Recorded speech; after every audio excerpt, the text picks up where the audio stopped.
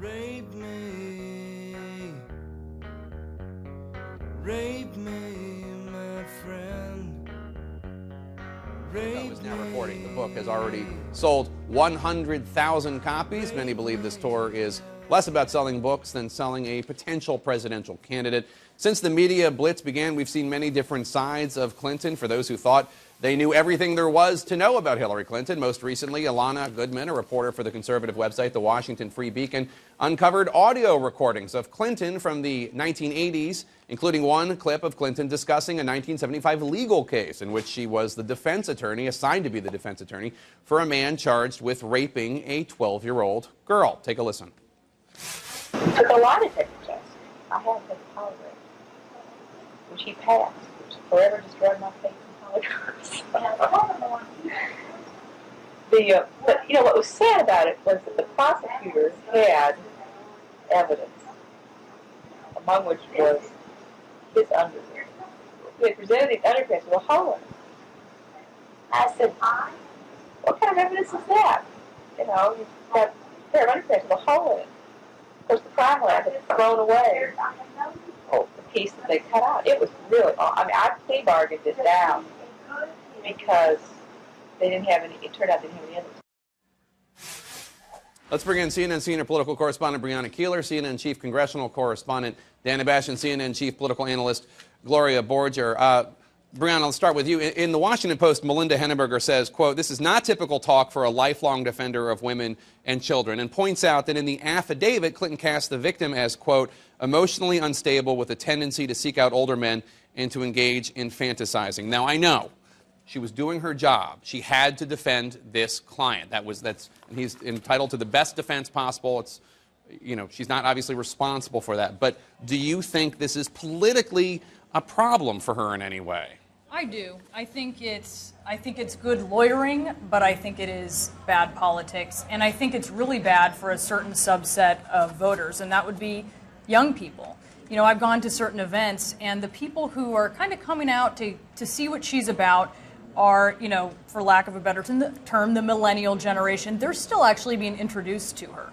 Fancy that in 2016, these are people who were born 1998 or slightly before, right? So you're talking about people who don't really identify with her as First Lady, probably not even as Senator, and they're still being introduced to her right now, and she's being branded to those folks as a champion of women and girls. And so I think when you have a group of people who don't have necessarily that depth of knowledge about her, and then you put something like this, and I do think the audio really changes it, where she's saying, he took a polygraph, and then she says that it forever, you know, destroyed her faith in polygraph. Yeah. She thought she's admitting that he's guilty. Right. Yeah. I think it's a problem. I think it really pokes a hole in that narrative. Now, Dana, we should point out, Clinton wrote about this in her own, her other autobiography, Living History, saying that it was shortly after this experience that Ann Henry, another woman, and I discussed setting up Arkansas's first rape hotline. She is somebody that has a track record of standing up for women, standing up for girls. But she's also a tough attorney. A very tough attorney. And Breonna brought up the generational, perhaps, divide on this. And I think we should also look at it from the perspective of the fact that she was a young woman in a man's world in the South. And she was new to the area. She was assigned this case by a judge. And she felt that, even in objective articles, that she had no choice but to take it. The question then becomes, did she have a choice to go beyond that? And in the affidavit, what many will view as blaming the victim, going for the jugular in a way that a good attorney should do, to do whatever they can for their client. But when you're talking about something as incredibly sensitive and incredibly explosive as rape, especially when, as you say, it's not about being a lawyer, it's about being a politician, so much of this is going to depend on how she frames it now, how she discusses it, and whether she says, I was young, if I'm looking as my older self back at my younger self, I wouldn't have done it like that. And we should point out that we reached out to the Team Clinton, and they did not have a comment on this. Right, and I think, you know, to your point about your older self reaching out to your younger self, I remember the 70s. I understand where Hillary Clinton was, assigned, being asked to take this case for legal aid.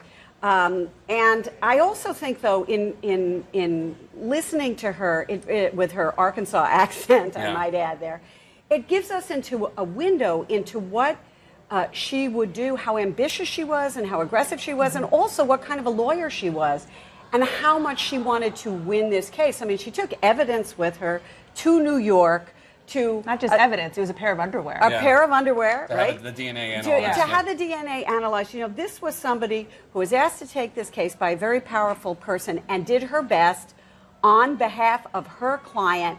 And it gives you a sense of what she does, you know, how when she's got her eye on something and she wants to do something, she did everything she could. The other thing, just quickly, that I'll point out is that I listened to that audio several times to try to get a sense of, you know, the buzz on it is that she's laughing about it. But I think, I'm not so sure that's fair. It's almost like a nervous laughter about how, from her perspective, how inept the prosecution was, the fact that they were losing evidence and messing up evidence. I don't think there's any question she was being a tough attorney. Exactly. But that just doesn't necessarily jibe with the narrative. Now, turning to another topic.